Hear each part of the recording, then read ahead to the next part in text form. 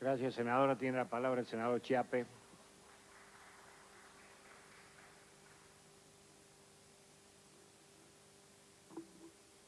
Señor presidente, explicar la causa de nuestras penurias, explicar el colapso económico-financiero argentino a partir de un sistema cambiario supuestamente perverso, yo creo que es simplificar demasiado el tema, es como enfocarlo con anteojeras.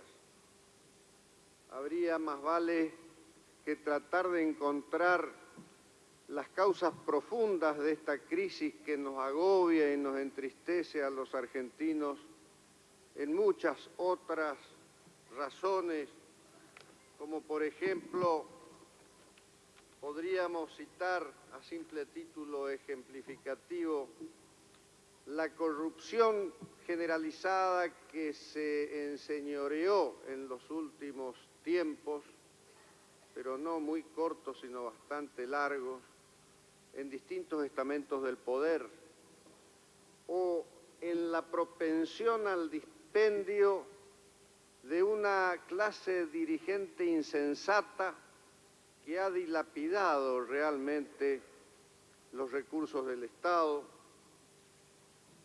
O tenemos que pensar también en una desacertada política, por ejemplo, de las privatizaciones de nuestras empresas del Estado, en la inseguridad jurídica que en gran medida esta clase dirigente y este mismo Congreso Nacional ha contribuido a instalar y a agravar en la República.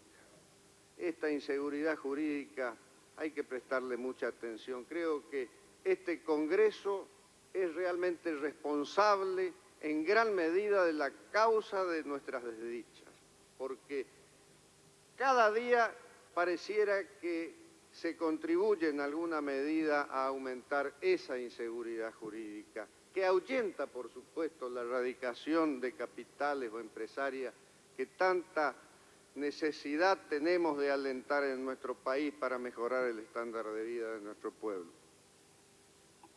Pero, en fin, de todas maneras debemos reconocer que sí es cierto, es rigurosamente cierto, que se agotó el sistema de la convertibilidad.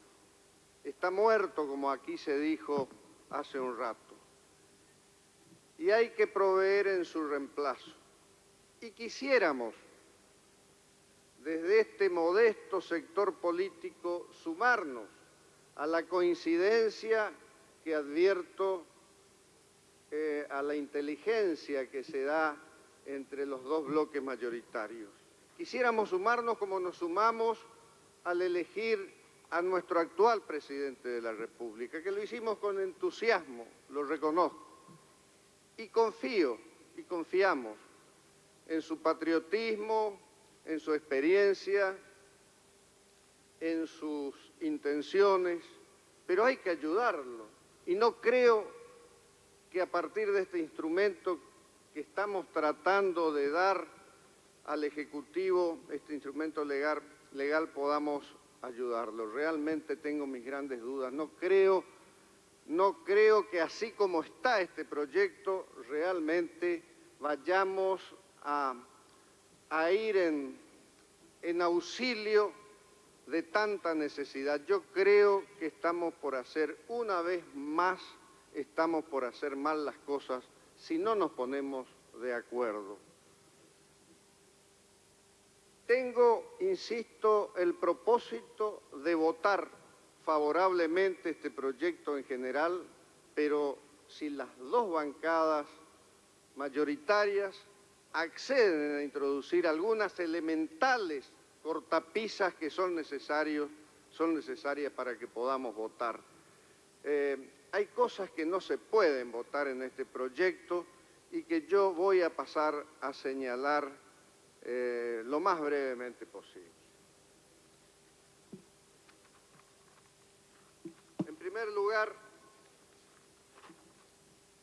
primer lugar, en el artículo 15 del proyecto que nos ocupa, se dice concretamente: suspéndese la aplicación de la ley número 25.466 de intangibilidad por el plazo máximo previsto en el artículo primero, o sea, hasta diciembre del 2003. Prácticamente por 2 años se suspende la aplicación de la ley de intangibilidad y se deja, no solo que se deja desprotegido al sector de los ahorristas, a quienes tanto se alentó de toda forma por parte del Estado, del gobierno, para que confíen en el sistema financiero argentino y vayan con sus ahorros a depositar sus pesos, sus dólares o sus divisas, que gozaban de toda la seguridad que les daba esa ley que hoy queremos suspender y que concretamente decía que todos los depósitos, ya sea en pesos o en moneda extranjera, a plazo fijo o a la vista, captados por las entidades financieras, estaban comprendidos en ellas y eran considerados intangibles. Decía que esa intangibilidad consiste en que el Estado Nacional en ningún caso podrá alterar las condiciones pactadas entre él o los depositantes y la entidad financiera, ni prorrogar el pago de los mismos, ni alterar las tasas pactadas, ni la moneda de origen, ni reestructurar los vencimientos, lo que se operarán en las fechas establecidas entre las partes. Para terminar en el artículo 3º, diciendo que serán considerados derechos adquiridos y protegidos por el artículo 17 de la Constitución Nacional. Esta ley se sancionó en agosto último, hace pocos meses. Este Congreso alentó a través de esta ley a los ahorristas que vayan y depositen y confíen en el Estado y confíen en este Congreso que dictaba esa norma de respeto a sus inversiones. Y hoy les hacemos un pito catalán y les decimos que tienen que esperar a ver cómo evoluciona, porque así dice el artículo 6º, que acá ya tiene media sanción de diputados. Dice el artículo 6º que el Poder Ejecutivo dispondrá medidas, dice al final, que el Poder Ejecutivo dispondrá las medidas tendientes a preservar el capital perteneciente a los ahorristas, bla, bla, bla, y que esa protección comprenderá a los depósitos efectuados en divisas extranjeras de modo compatible con la evolución de la solvencia del sistema financiero. Queda todas aquellas garantías que este mismo Congreso votó hace pocos meses para que los inversores fueran a depositar sus ahorros. Ahora le decimos que todo eso no vale y que todo va a depender ya de la evolución de la solvencia del sistema financiero. ¿Qué es esto? Esto es tanto como que nos hemos prestado, como que el Congreso argentino se ha prestado con una suerte de ardid a elaborar una maniobra fraudulenta para que vayan a depositar y que luego quedaran sus ahorros prisioneros del corralito.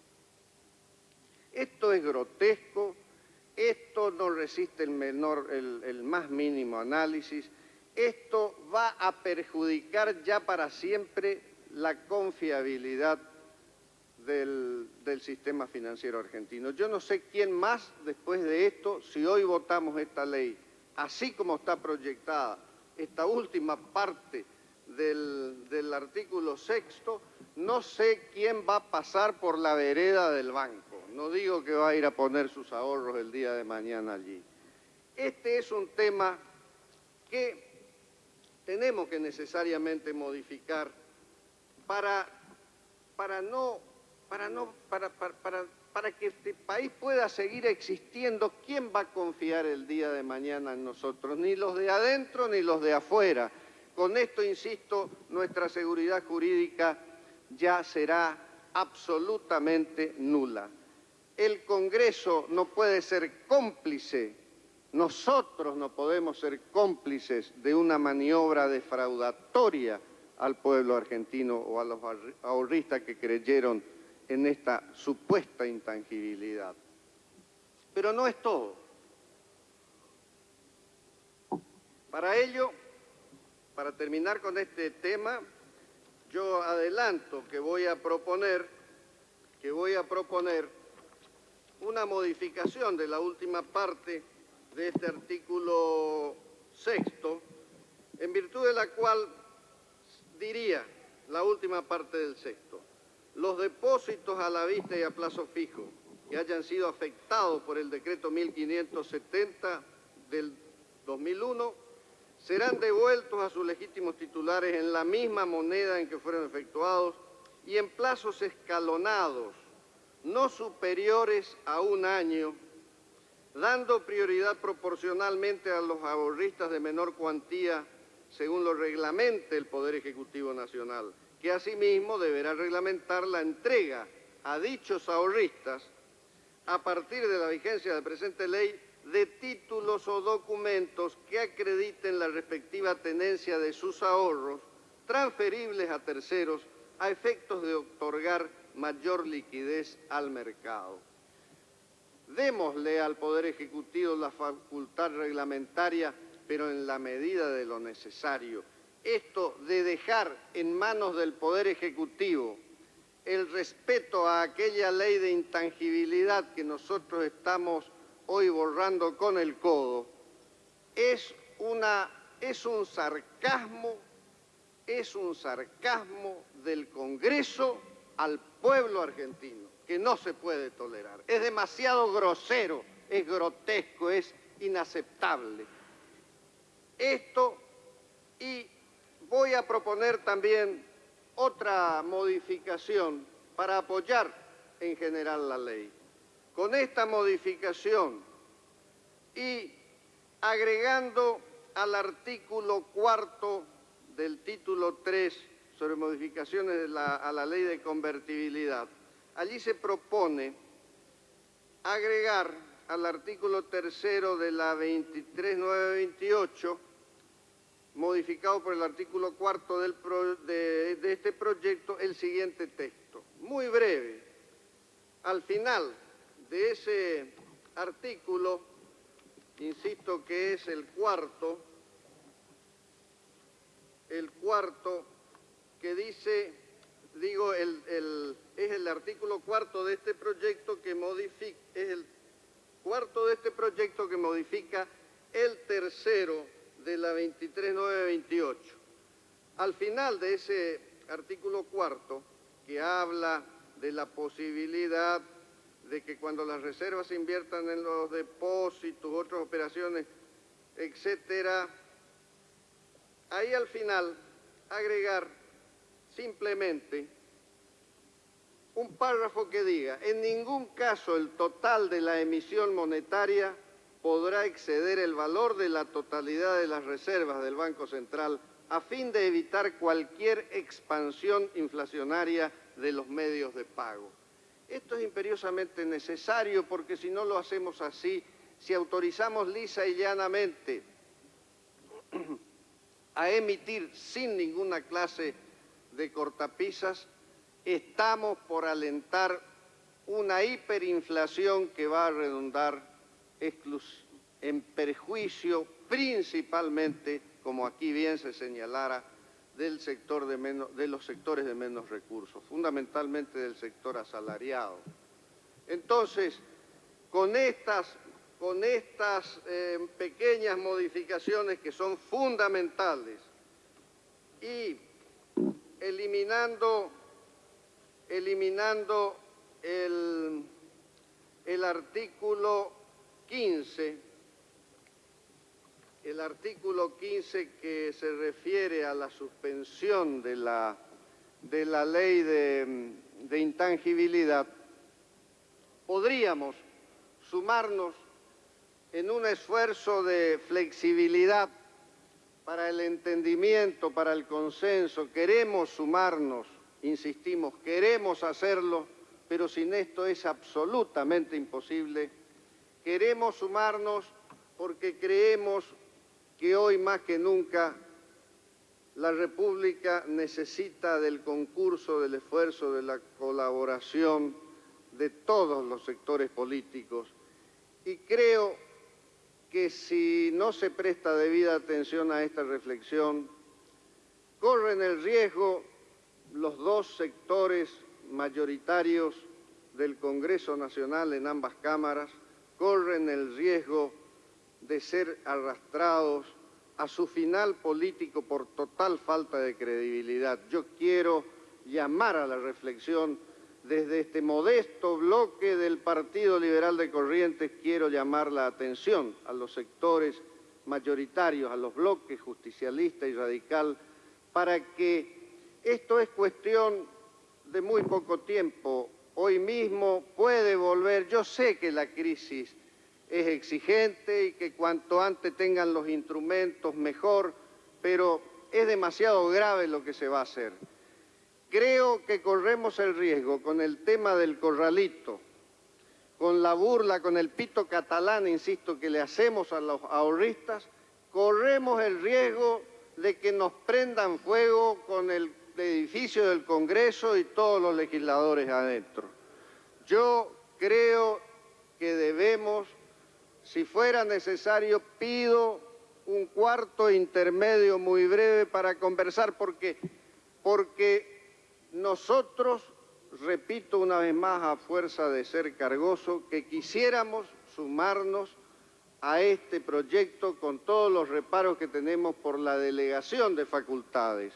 Esa delegación tan larga de 2 años, tenemos una experiencia reciente donde el Congreso tuvo que arrepentirse de una delegación parecida. Esta es aún más importante, más larga, más comprensiva.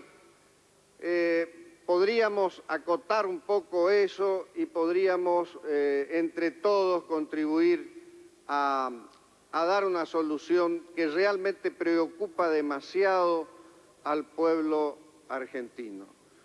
Si no se accediera a aceptar ciertas modificaciones, lamentablemente tendré que votar en general ya en forma negativa a este proyecto. Nada más. Muchas gracias. Tiene la palabra la senadora Seguí.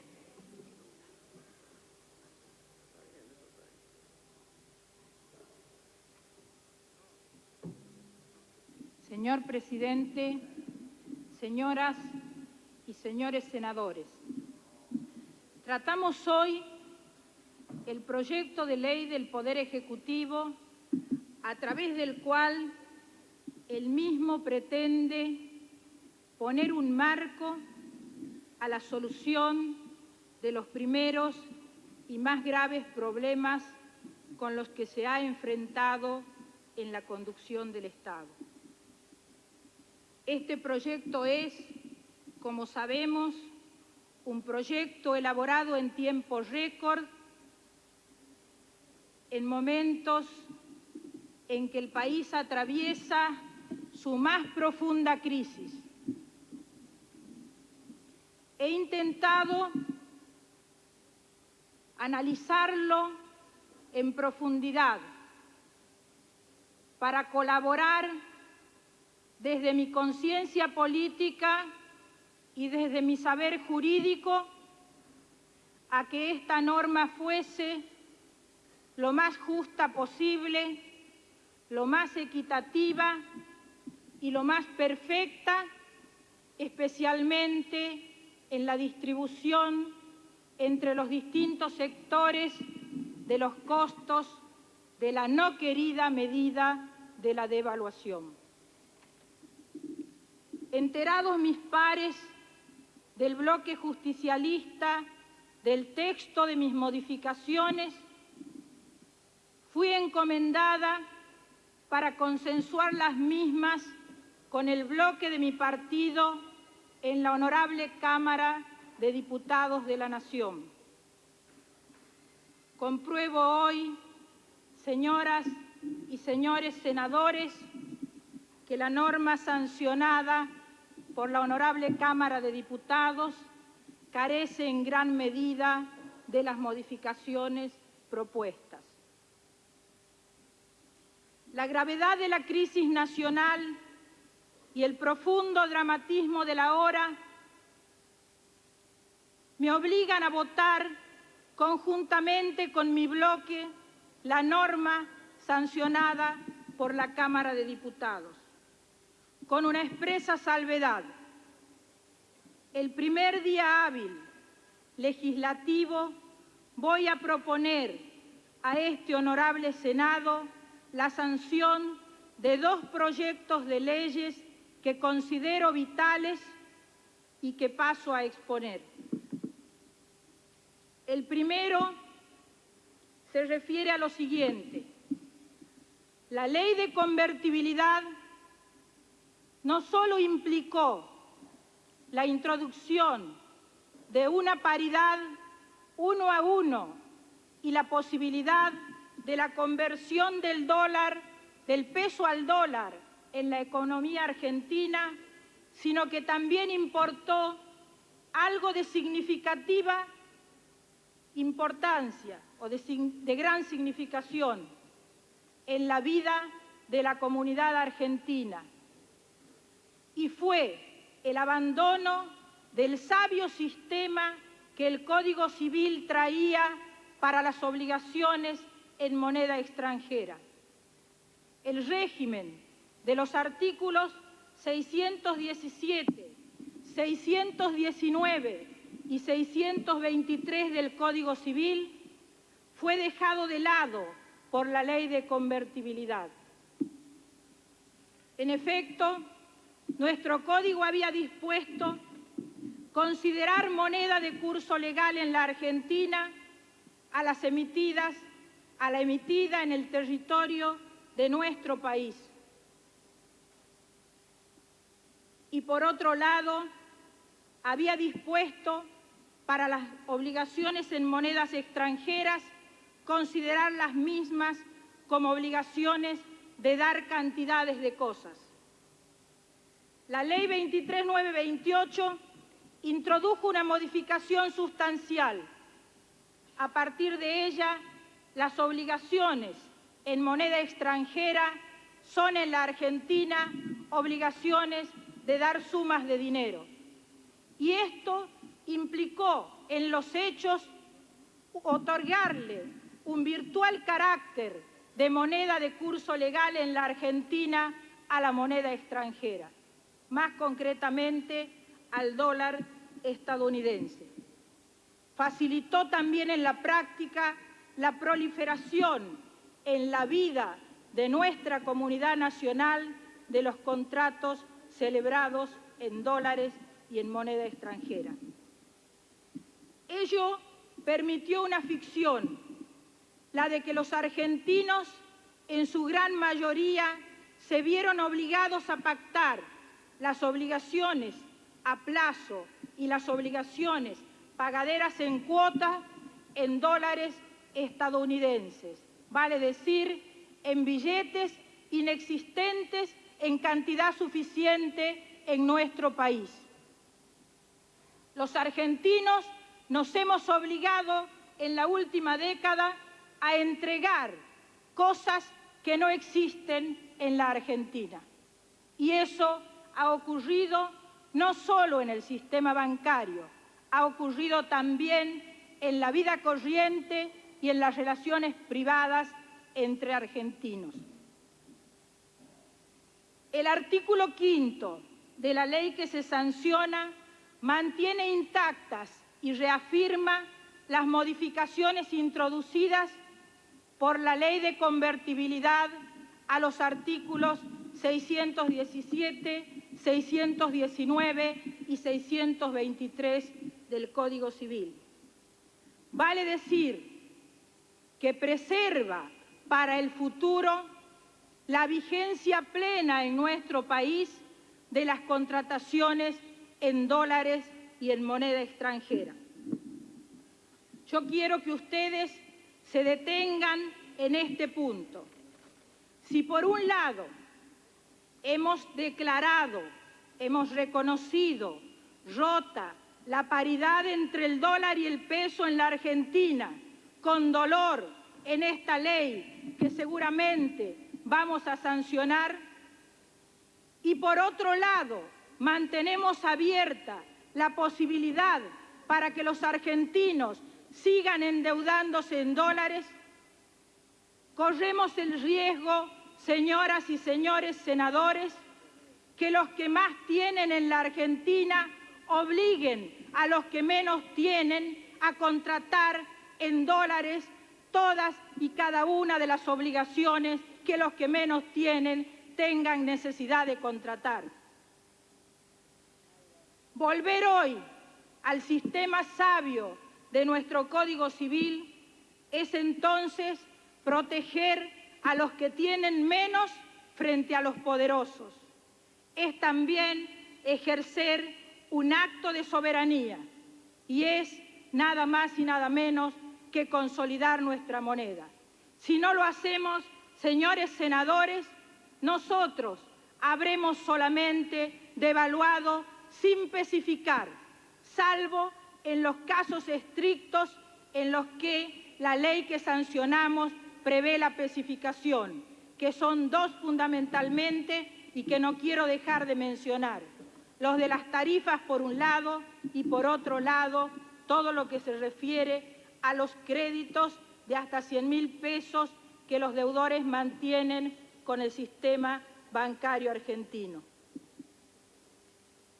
Si no lo hacemos, estaremos también ante otro riesgo, el riesgo de que las empresas privatizadas, que seguramente van a renegociar con el Estado, puedan pretender en ese segundo paso, el de la renegociación después de la especificación, imponer nuevamente un contrato en dólares al Estado Nacional.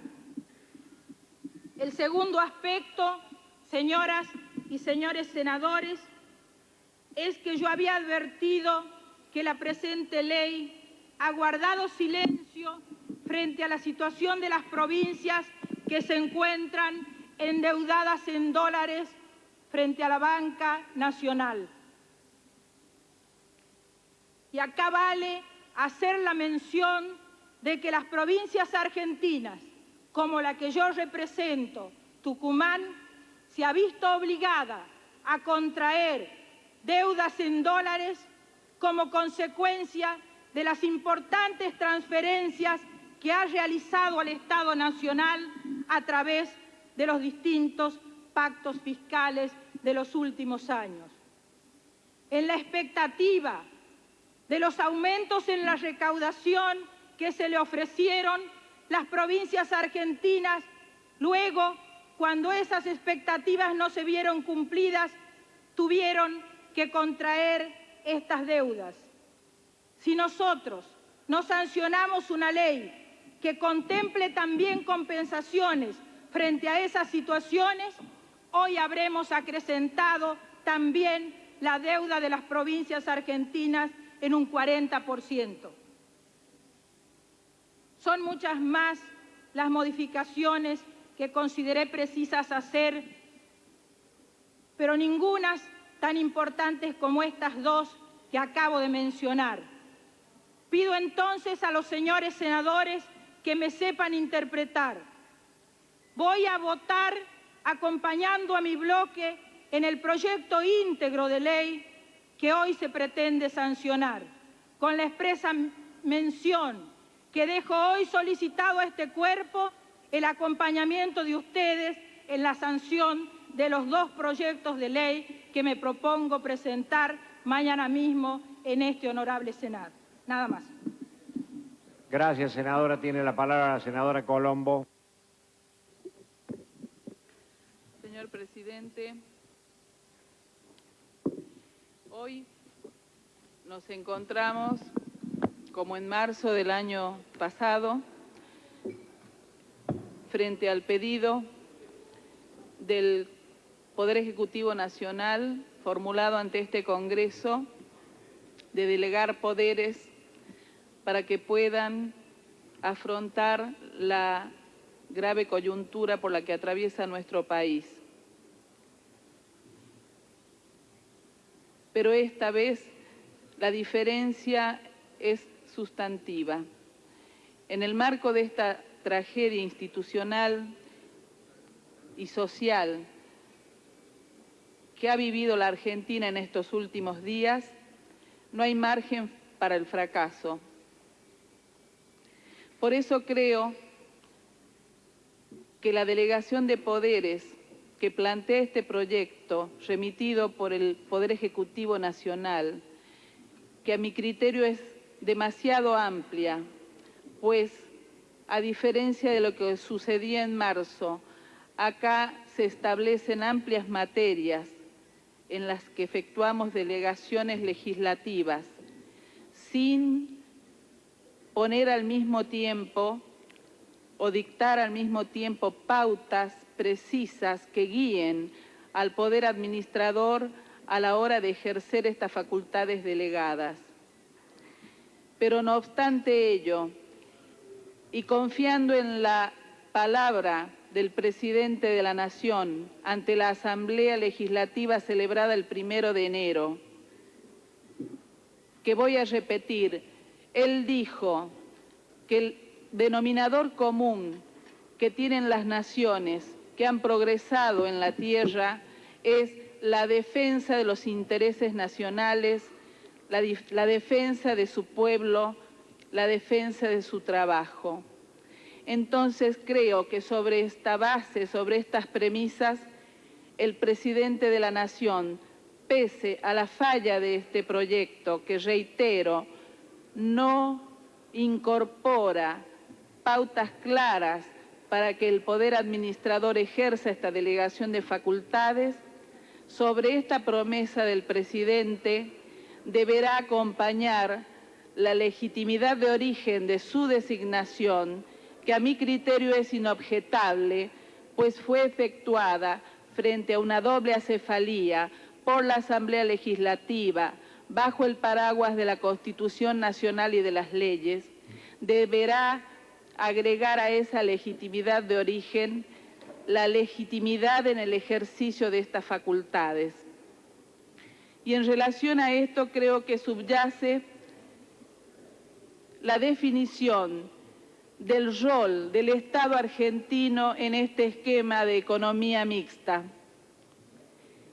Y en este momento, este presidente, con su gabinete, a la hora de definir estas cuestiones, a la hora de decir qué vamos a producir, cómo lo vamos a hacer, para quiénes, cómo se va a distribuir y cómo se van a tomar las decisiones fundamentales, deberá el Gobierno Nacional tomar decisiones fundamentales en relación al rol del Estado y a cómo se organizan sus actividades de ahora en adelante y también cómo repercuten estas en el sector privado.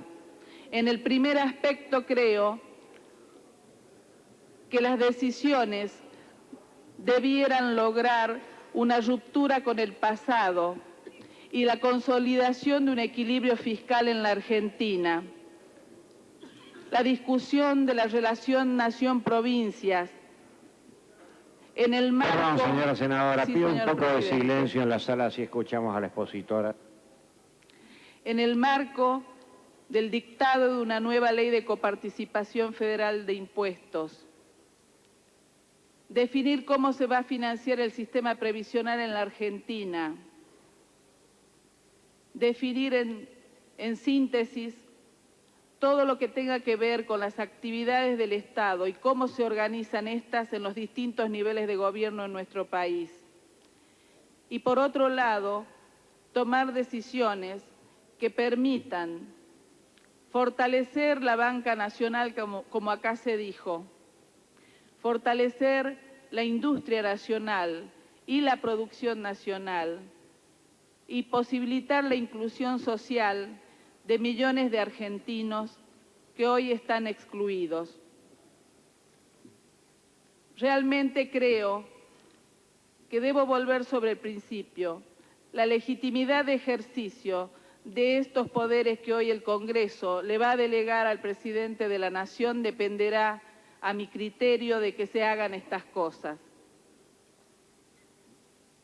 Creo que hoy el Estado más que nunca debe evitar también un comportamiento pendular. Vamos de la economía o del estado de bienestar al fundamentalismo de mercado. Y este comportamiento pendular del Estado argentino debe hacer que, aprendiendo de nuestros errores, podamos refundar un nuevo Estado que vaya del utilitarismo en el que prácticamente hemos caído a priorizar las acciones que pongan la legitimidad y la fuerza del Estado al servicio de permitir que puedan estar mejor los que hoy están peor.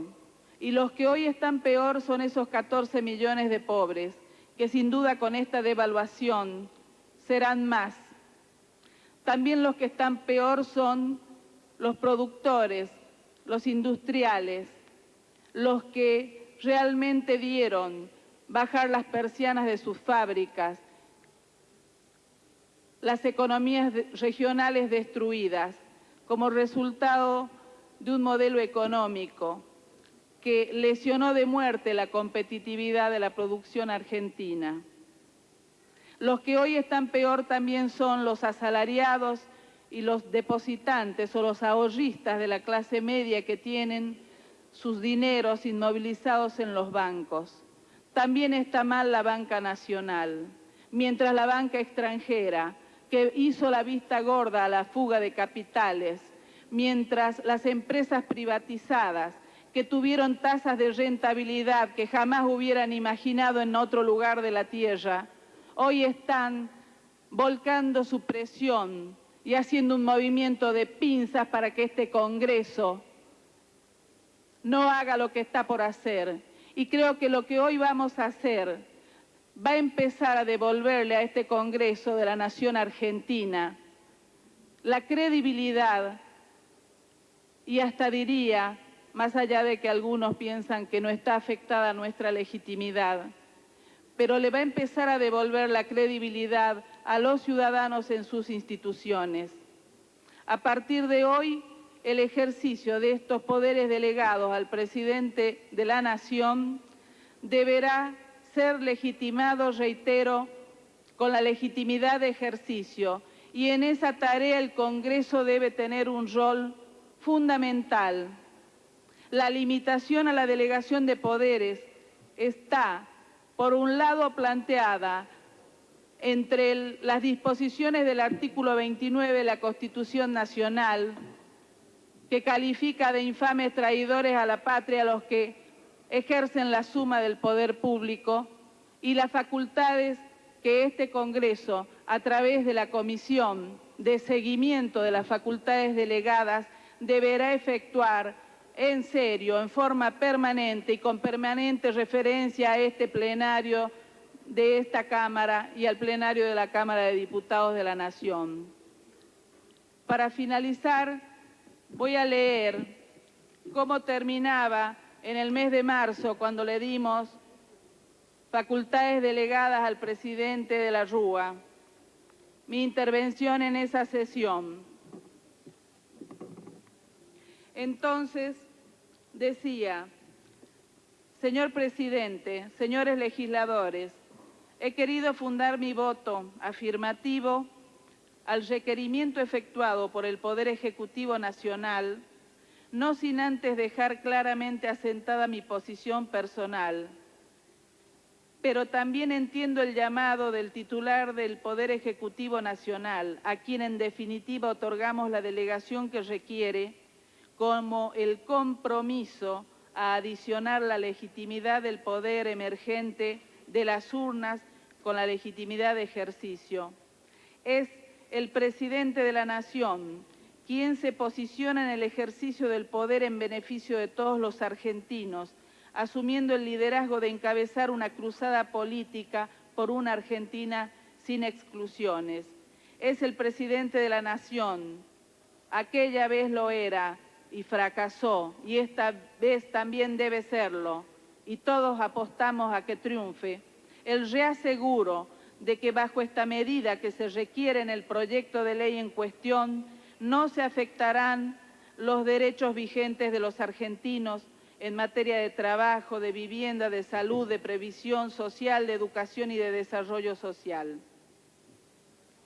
Es en última instancia el presidente quien ahora y para los tiempos destierra aquella vieja y ya más que centenaria afirmación de que la política cabalga sobre la economía y ponga definitivamente la economía al servicio de aquella para el bien de todos. Muchas gracias, señor presidente. Muchas gracias, señora senadora.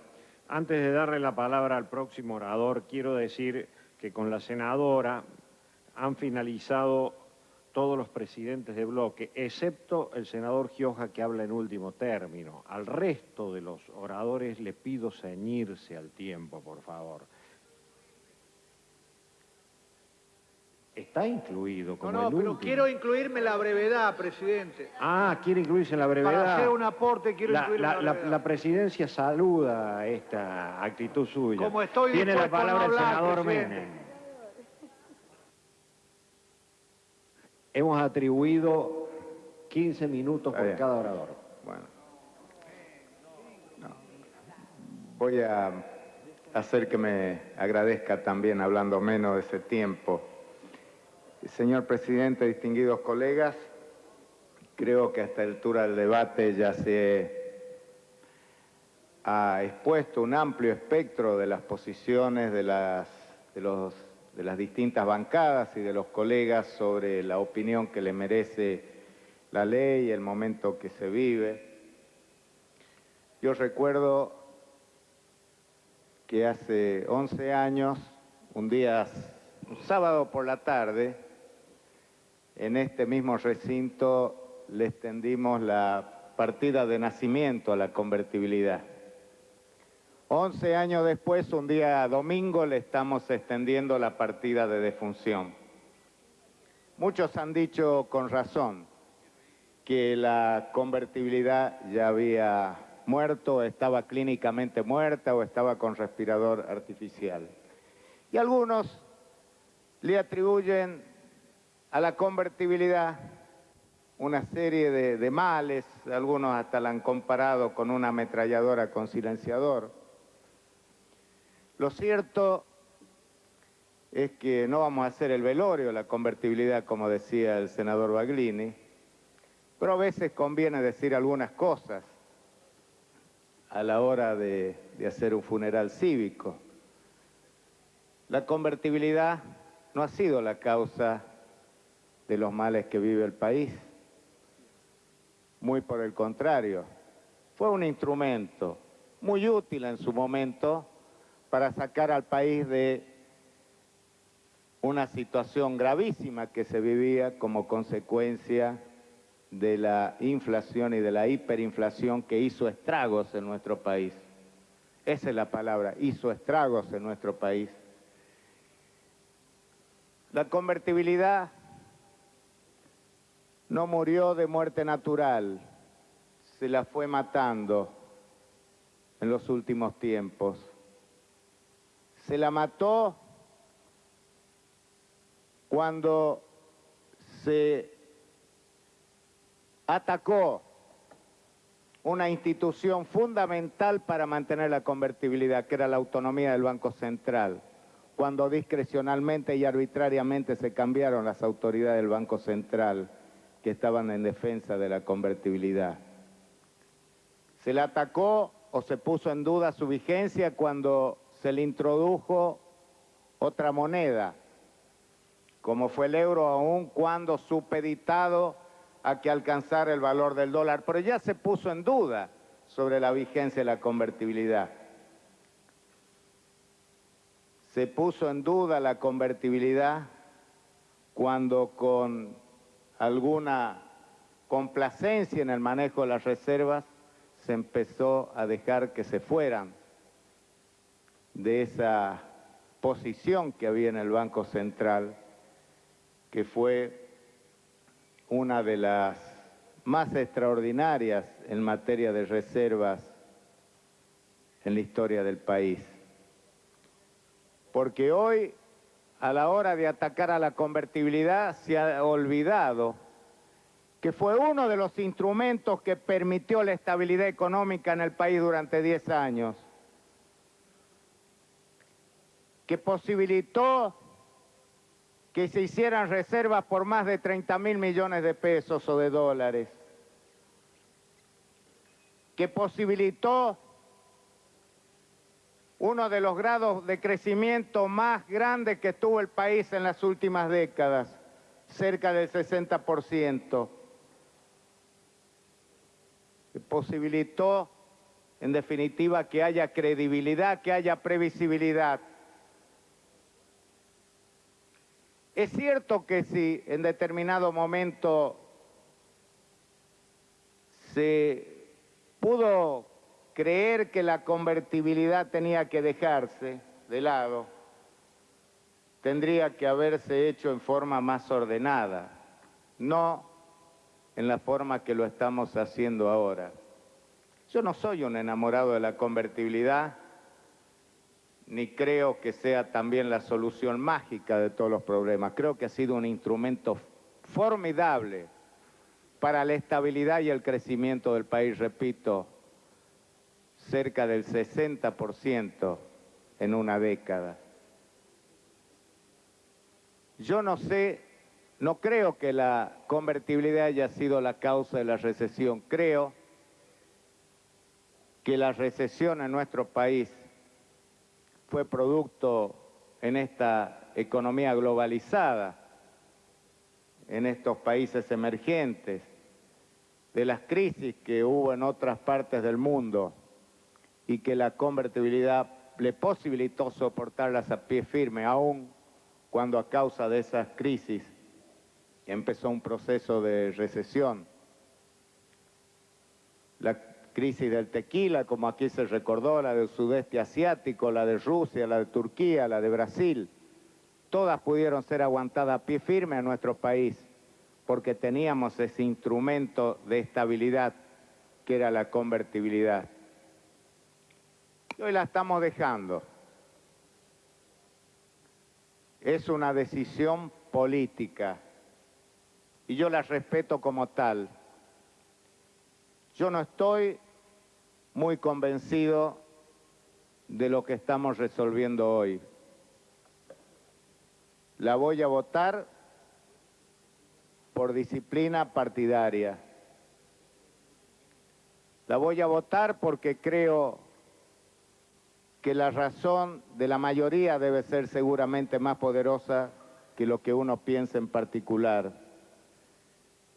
Y la voy a votar como una expresión de confianza al nuevo gobierno de la Nación, encabezado por el presidente Eduardo Duhalde, a quien en el año 99, cuando fue candidato a presidente en mi provincia, y lo digo como presidente del Partido Justicialista de La Rioja, le dimos la diferencia más grande en votos en proporción a la población de mi provincia.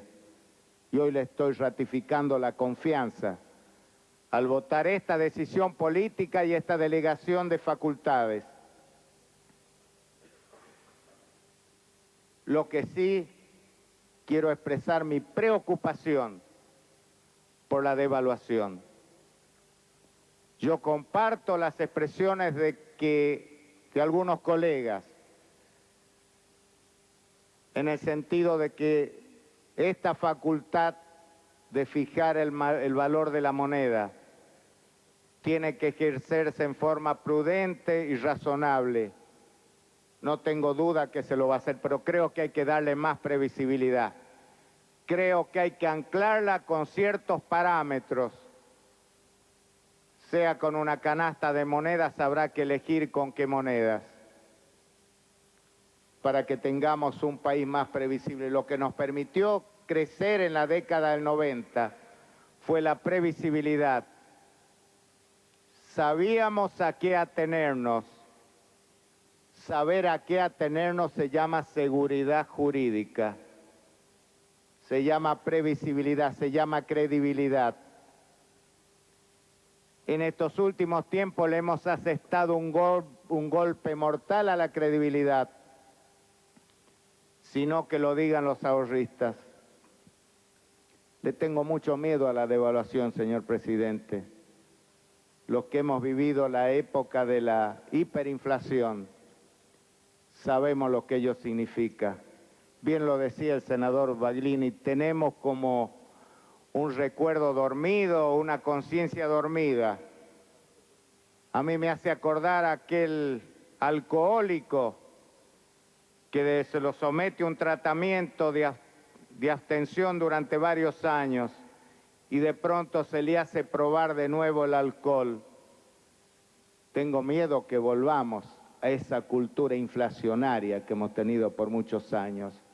Y me alarma lo que ocurrió en los últimos días, señor presidente, que ante la mera posibilidad de la devaluación ya empezó la remarcación, ya empezó la maquinita remarcadora, sin tener ningún motivo, aún para los productos nacionales. Son los especuladores.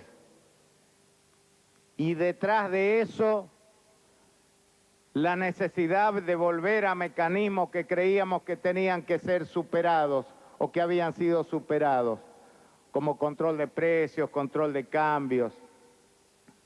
Ojalá no tenga que volver a ocurrir eso. Aquí se dio el ejemplo de Brasil y es cierto, Brasil devaluó y el monto de la devaluación no fue seguido en forma proporcional a los precios. Es como que hay otra cultura.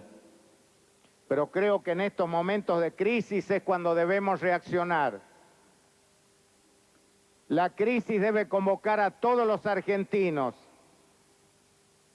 para que apoyemos a este gobierno que asume en un momento de tremenda gravedad, para que logremos las coincidencias que estamos logrando. A mí me alegra que aquí estemos coincidiendo, las bancadas mayoritarias y también algunos partidos provinciales, porque salimos entre todos, no nos salva nadie. Pero también tenemos que predicar con el ejemplo. Tenemos que hacer todo lo que sea necesario para que esta salida traumática de un sistema que nos permitió crecer nos sirva hoy para superar la crisis. Las medidas que están en este proyecto de ley no son suficientes. Habrá que complementarlo con otras medidas, como aquí se ha dicho, con otras leyes que garanticen los derechos de los trabajadores, los derechos de los usuarios, de los consumidores, que permitan salir cuanto antes de ese infame corralito, que se respeten los acuerdos con las provincias, porque si paramos algunos incendios en algún lado, no vaya a ser cosa que nuestras provincias se incendien porque no se puedan pagar a los empleados públicos. Y a mí me dio mucha satisfacción cuando en su discurso en la Asamblea Legislativa el presidente de la Nación dijo que se va a respetar los pactos de la Nación con las provincias. Y yo espero que se cumplan. Y estoy seguro que se van a cumplir. Porque este es un país federal. Las provincias preexistieron a la Nación y merecen tanto respeto como la Nación misma. Cuando en los últimos tiempos del gobierno de la Nación, del gobierno anterior, se pagaba en pesos a los empleados nacionales y la provincia se pagaba con LECOPS, con ticket canasta y con bonos provinciales, me parece que no era así. No era un trato igualitario. Merece tanto respeto un empleado de una administración pública provincial que un empleado de la nación. Son todas estas cosas que yo quiero confiar y confío en la sensibilidad y en la experiencia política de quien hoy gobierna el país y del equipo que él designó para que lo acompañe. Por eso voy a votar favorablemente esta ley, señor presidente. Hoy no estamos para torneos de oratoria ni para que tratemos de hacer leyes perfectas. Hoy no hay nada perfecto. Hay que tratar de sancionar lo mejor posible nada más. Y el camino lo iremos haciendo al andar, con esa esperanza, con ese anhelo y con el deseo de que en los próximos tiempos sigamos estando juntos todos los argentinos para superar esta crisis. Es que voy a votar favorablemente esta ley.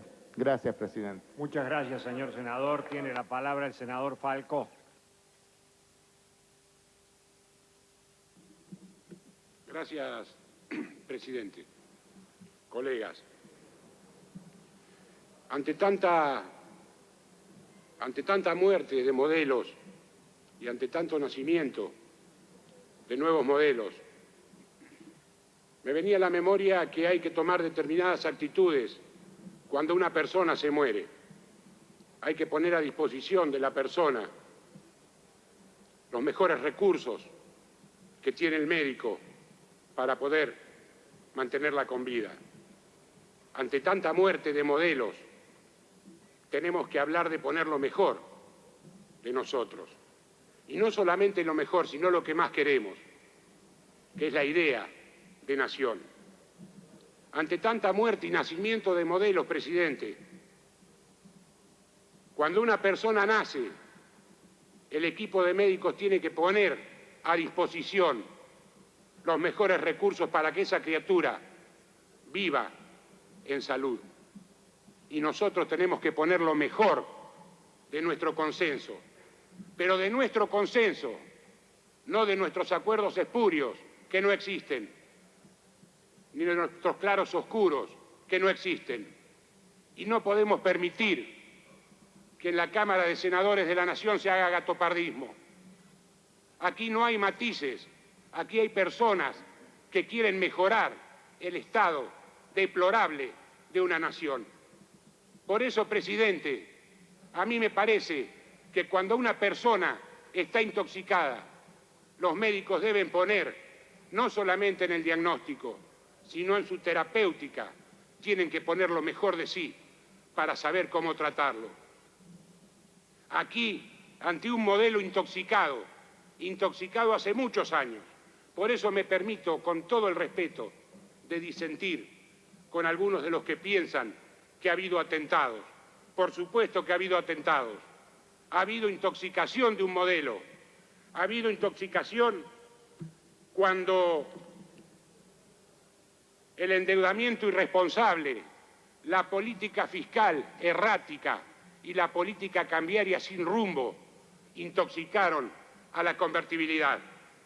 ¿Y qué vamos a hablar si somos senadores que representamos a las provincias? Y sabemos, porque de alguna manera u otra en las provincias y también en el territorio de la capital se sufrió lo que significó un modelo intoxicado, presidente. Por eso, dio sus frutos contra la inflación y hubiera dado más frutos si hubiera estado manejado.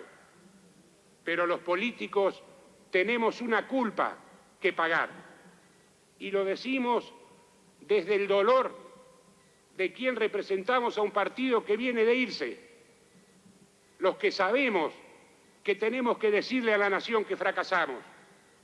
Pero en las provincias, presidente, nosotros sabíamos que había hiperconcentración del capital. Nosotros sabíamos en la provincia que había rapiña y especulación. Nosotros sabíamos que había un impuesto del 60 o el 70% a las exportaciones. Nosotros sabíamos que se estaba promocionando el contrabando, presidente. ¿O me equivoco? ¿O no sabíamos que se estaban subsidiando las importaciones? ¿O no sabíamos que estábamos creando un sistema financiero que estaba de espaldas a la gente? ¿O no sabíamos que había un desempleo de un 17 o un 18%? ¿O no sabíamos que había un tejido social desgarrado? Por eso, presidente, a mí me parece que hoy estamos presentando un marco que necesita mucho cepillo, pero que es un marco a partir del cual tenemos que construir entre todos. Por eso venimos a acompañar en parte esta decisión del Ejecutivo.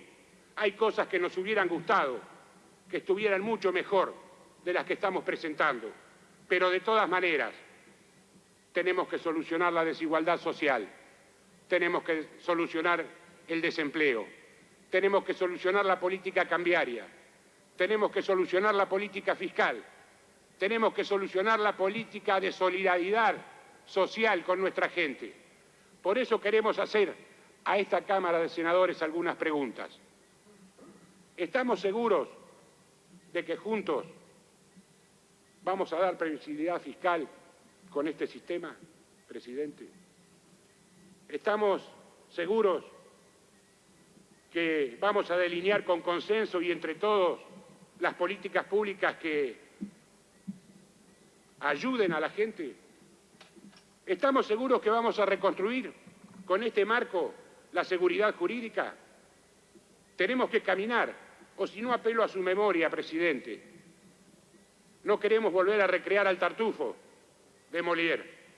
No queremos hacer un análisis de la hipocresía.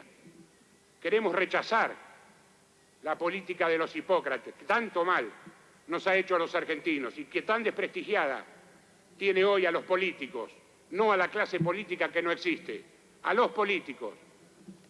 No somos todos los mismos, presidente. Por eso, me parece que en esta brevísima intervención tenemos que preguntarnos muchas cosas. Hay una responsabilidad de la hora que todo el país está necesitando. No los políticos, la gente. Por eso yo también le tengo miedo a las maquinitas remarcadoras. Porque ¿sabe qué representan las maquinitas remarcadoras, presidente? La desconfianza en los políticos. No tienen confianza y no tenemos credibilidad. Y le vamos a dar credibilidad cuando este modelo nazca bien nacido. A todos tenemos que trabajar para que este modelo sea bien nacido. Por eso, presidente, nos reclaman grandeza y patriotismo. Tenemos que caminar hacia la grandeza y el patriotismo. Y le digo más, voy a traer como reflexión final una reflexión de Albert Camus, que nos decía que la derrota no es el resultado de los fracasos, de los traspiés, de los tropezones y de las incertidumbres. La derrota surge exclusivamente de que a veces no sabemos por qué luchamos. Es más, a veces no sabemos siquiera si hay que luchar. Hay que exhortar a los políticos de la Argentina para que luchemos. Gracias, presidente. Muchas gracias, señor senador. Tiene la palabra el senador Cafiero. Señor presidente, señores senadores, voy a intentar, si puedo lograrlo, cambiar un poco el sesgo de este debate. Yo creo que ya se ha discutido bastante sobre el articulado de la ley que estamos tratando. Advierto que se están reiterando conceptos, pero que estamos dejando de lado tal vez una de las cuestiones más importantes que está añadida a la ley. Yo voy a hablar en nombre del peronismo que viví, señor presidente, respetando todas las expresiones políticas que se encuentran reunidas en este recinto. ¿Por qué voy a hablar en nombre del peronismo? Porque otra vez el destino lo ha colocado al peronismo con la enorme responsabilidad histórica de cambiar el rumbo del país. Es la tercera vez que ocurre en la historia de nuestro siglo XX, o comienzo del siglo XXI. Los peronistas cambiamos el país y produjimos una profunda transformación allá en la inmediata posguerra, en los años 40 y 50. Fue entonces que trajimos a la Argentina una idea universal, que en ese entonces la expresaba el estado de bienestar. Unas fórmulas económicas basadas en el pensamiento, en un pensamiento llamado keynesiano en ese momento, pero que hablaba de la necesaria intervención del Estado en la economía, y un profundo concepto social que hasta entonces estaba ausente en la vida argentina. No le hablo a usted, porque todos lo conocemos, que también vinimos a terminar con la era del fraude y con las limitaciones al ejercicio de la ciudadanía política que fueron características de la década de los años 30. Ese, ahora lo llaman modelo, yo diría, ese proyecto nacional se agotó. Tal vez por algunas deficiencias nuestras. Los peronistas somos muy amigos de las transformaciones, pero poco amigos de las perfecciones. Entonces dejamos hitos sin cumplir, pero no solamente por eso, sino porque no logramos imponer este proyecto en todo el conjunto de la sociedad. Y algunos sectores más fuertes, refugiados entonces en la violencia militar, nos separaron del poder. Pasaron muchos años. En los años 70 el justicialismo volvió brevemente al poder y quiso recomponer un nuevo proyecto, modificando y superando muchas de las cosas que había instalado en el país en los años 40. Fue la década del 70, tan matizada por episodios diversos y contradictorios, el surgimiento de la violencia, el surgimiento de las ideas más bien socialistas y nacionalistas que impregnaban el mundo de entonces, y también, ¿por qué no?, un nuevo concepto de la política, que se tradujo en ese abrazo histórico de los dos grandes partidos políticos que fueron el que se dieron Juan Perón y Ricardo Balbín. Fue fugaz ese proyecto, vino la dictadura militar con su carga de represión y terror, y en los años 90 cambia la situación del mundo, señor presidente. En los años 90 se cae el muro de Berlín. En los años 90 desaparece el comunismo. En los años 40 una nueva ideología capta no solo la inteligencia académica, sino también el pensamiento de los políticos. Es el neoliberalismo. Los peronistas, señor presidente, dicho con toda humildad, siempre nos hemos jactado de ser hijos de todas las crisis y padres de todas las transformaciones.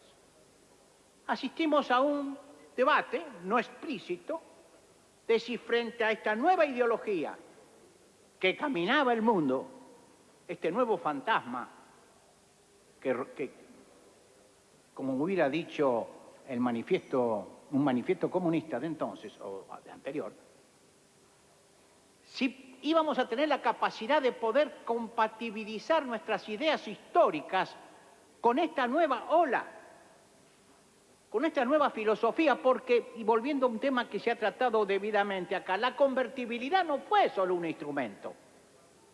La convertibilidad también formó parte de una ideología. La convertibilidad vino acompañada de la filosofía que hacía del mercado máximo y del Estado mínimo una propuesta irreversible. A ese nuevo mundo el justicialismo tuvo que tomar una decisión histórica. O se negaba a aceptar la nueva realidad del mundo, o cabalgaba sobre ella. Y si ustedes se analiza profundamente las estrategias que ha seguido el justicialismo a lo largo de su desempeño en la vida política argentina y conforme a enseñanzas muy expresas que dejó el fundador de nuestro movimiento, la tarea del gobernante es cabalgar los procesos históricos, añadiéndoles la cuota de interés y de nacional que fuese conveniente y oportuno y posible frente a la magnitud de los nuevos procesos. Y por eso, yo personalmente, no sé si me acompañan todos mis compañeros de bancada, yo no voy a renegar de aquellos primeros años de la década del 90, porque esos primeros años de la década del 90 produjeron una profunda transformación en la vida institucional, política y económica del país. Hicimos lo que teníamos que hacer. Habla quien puede decir a través de un libro que publicó allá en el año 95, El peronismo que viene, se llamó ese libro, que empecé a señalar ante los hombres de mi partido que ya el proceso iniciado en el 90 comenzaba a dar muestras de sus limitaciones y de sus debilidades. Yo subrayé antes que muchos el proceso de desnacionalización que se estaba viviendo, el aumento de los niveles de pobreza y la redistribución regresiva del ingreso, el agotamiento de la capacidad nacional, la volatilidad de los capitales que venían a darnos, que venían a sumarse al proceso de la nueva economía. No fui escuchado. Probablemente no tuve el suficiente talento ni tal vez la suficiente fuerza para hacerme escuchar. El proceso siguió 2 años más y ya en el año 97, 98 se veía afectado por las crisis internacionales que golpearon a la Argentina. Yo creo, señor presidente, que estamos ante el tercer proceso histórico que convoca al justicialismo. No se trata, señor presidente, simplemente de sustituir la convertibilidad de cambio fijo por un cambio flotante. Acá tenemos que comenzar por una nueva reconversión de las ideas, señor presidente. Y esta es la tremenda responsabilidad de la clase política. Esto no lo podemos hacer solamente nosotros, los justicialistas. Nosotros tenemos que convocar al resto del espectro de fuerzas políticas que se sienten interpretadas por el criterio de lo nacional para cambiar la mentalidad que nos ha llevado también junto con la convertibilidad a este cementerio donde en este momento estamos enterrando al sistema que gobernó durante 10 años. Hay un nuevo tiempo en el mundo, señor presidente. Ya el neoliberalismo no domina, omnímodo e irrefutable, los mecanismos de la inteligencia. Han surgido contradicciones profundas. Y en punto a la convertibilidad y del tipo de cambio fijo como instrumento, ha sido rechazado por el pensamiento académico moderno. Ya no se confía tanto en la espontaneidad de los mercados. Ya se advierte que el Estado tiene que tomar muchas más funciones que las que le asignaba el neoliberalismo original. Hay una nueva pléyade de economistas, de hombres de Estado, mismo en la socialdemocracia, en el pensamiento socialdemócrata en Europa. Van virando y van generando, todavía tímidamente, los puntos de partida de una nueva etapa en la vida del mundo. Y nosotros no podemos sustraernos a eso, al contrario, tenemos que hacer lo que hicimos en las 2 ocasiones anteriores, ser los líderes, los que anticipamos el tiempo histórico. Esta es la verdadera cualidad de un estadista, anticiparse a los tiempos, como nos anticipamos el 45 y como nos anticipamos el 90. Nosotros no vamos a renegar de ninguna etapa de nuestra historia.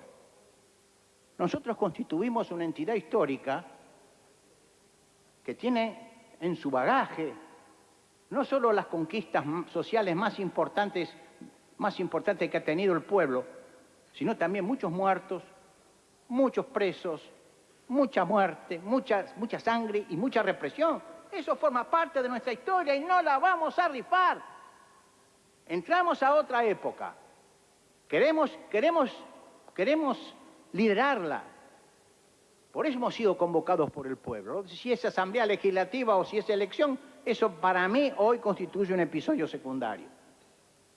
Lo que es importante es que nuevamente el justicialismo asume esta enorme responsabilidad histórica de iniciar un nuevo tiempo en la Argentina. Pero cuidado, ya nosotros solos no podemos. Ya nosotros solo necesitamos de una formidable alianza nacional. Porque la naturaleza de los rivales que tenemos que enfrentar es muy distinta a aquellos otros de épocas pasadas. Nuestro único punto de partida y nuestra única fuerza es la posibilidad de que la clase política enfrente este desafío con un profundo espíritu de unión nacional. Vamos a defendernos frente al poder de los mercados que hasta ayer han omnímodamente controlado el poder en la Argentina. No es fácil. Y no nos pidan que de la noche a la mañana reimplantemos en el país un orden distinto que coloque en su verdadero lugar al poder de los mercados. Esto va a necesitar su tiempo. Pero yo quiero simplemente ejemplificar, y vamos al proyecto que estamos tratando. Se ha esgrimido y se ha debatido y se ha mencionado que una de las razones de la decadencia argentina es el poder omnímodo de las corporaciones que privatizaron, que se apoderaron de la privatización de los servicios públicos. Se ha dicho que la renta energética ha sido un motivo de acumulación oligopólica de utilidades. ¿Por qué? Porque conforme a las reglas del mercado, el precio de la energía en la Argentina, específicamente del petróleo y las naftas, debería estar condicionado a lo que ocurre en el mundo. Y aquí, cuando baja el precio del petróleo en el mundo, no se modifican los precios en el mercado local, pero cuando sube, sí. Eso solo hubiera justificado la existencia de retenciones a las exportaciones. Y el hecho de que por primera vez haya un gobierno que diga esa ganancia excepcional queda en poder del Estado para darle el uso que el Estado estime más conveniente, es una revolución frente a la política del mercado libre que veníamos practicando. ¿Y cuándo, señor presidente? Cuando hemos dicho que la usura internacional fue otro de las causantes de nuestra decadencia, y lo hemos pregonado en todas las tribunas y en todas las bancas, ¿qué gobierno ha tomado la decisión de decir no pago la deuda, voy a renegociarla? ¿Me pide una interrupción, señor? ¿Cómo? Perdón, no, ya sé. Perdón, no dialogue. Acuérdese, no, pero un diálogo con Alfonsín. No, pero vamos a respetar, acuérdese, presidente, vamos a respetar que el nosotros, reglamento en su totalidad. Por eso es que aprovecho la oportunidad, perdón, senador, no quiero ser irrespetuoso, pero quiero recordarle que su tiempo ha terminado, que vaya redondo. 2 minutitos más. Sí. Entonces, no en vano el país confía, por lo menos creo que tenemos el derecho a pedirle que reitere nuestra confianza en nosotros. Hemos venido al gobierno no por decisión nuestra, nos ha llamado el destino, lo que usted quiera, el pueblo. Y ahora queremos ser fiel a eso. Pero yo no quiero terminar, porque esto me llevaría mucho más allá de las fronteras que usted ha fijado. Quiero terminar con un detalle un poquito más risueño. Hoy estamos en las exequias de la convertibilidad. Con todo el respeto que me merece personalmente, yo quiero rendir un testimonio al hombre que instaló la convertibilidad en la Argentina. Yo hace unos meses, cuando él asumió nuevamente el poder, escribí un artículo. Y en ese artículo recordaba una de las leyes de un librito que les recomiendo a mis colegas que lo lean, que se llama Las 48 leyes del poder, de Robert Greene. Usted lo ha leído, ¿verdad, Baglini? No podía esperar menos de usted después de su brillante discurso. Y allí en una de las leyes, la ley número 32, el autor recuerda que Venecia, que era una de las ciudades más prósperas del medioevo, entró en decadencia. ¿Por qué? Porque el comercio marítimo ya comenzaba a hacerse con España y Portugal y ya no pasaba por el Adriático, por Venecia. Y Venecia cayó en la ruina. Y el Senado veneciano, reunido, no encontraba la forma de poder decirle a los nobles y a los ricos de Venecia que tuvieran confianza, que ya la prosperidad vendría. Hasta que alguien recordó que en la ciudad de Venecia había un alquimista, il Bragadino se llamaba. Il Bragadino decía que tenía un método para transformar las piedras y los fierros en oro a través de una sustancia que él solo conocía. Entonces el Senado veneciano dijo, esto es muy fácil, acá no le tenemos que pedir ningún sacrificio al pueblo. Traigamos a Bragadino. Y a Bragadino lo trajeron, lo pusieron al frente de las finanzas de Venecia. Bragadino pidió como condición que no lo molestaran. Era un hombre irritable, muy convencido de su propia fortaleza y de su propio talento. No sé si era pelado, pero podría haberlo sido. Y el Bragadino empezó a experimentar y los senadores venecianos comenzaron a sentirse nerviosos, porque pasaban los meses y no aparecía el oro. Y la ciudad se seguía endeudando y la deuda externa, como dirían los venecianos de entonces, seguía creciendo. Entonces un día, el Senado veneciano se reunió y dijo, no, esto no puede seguir.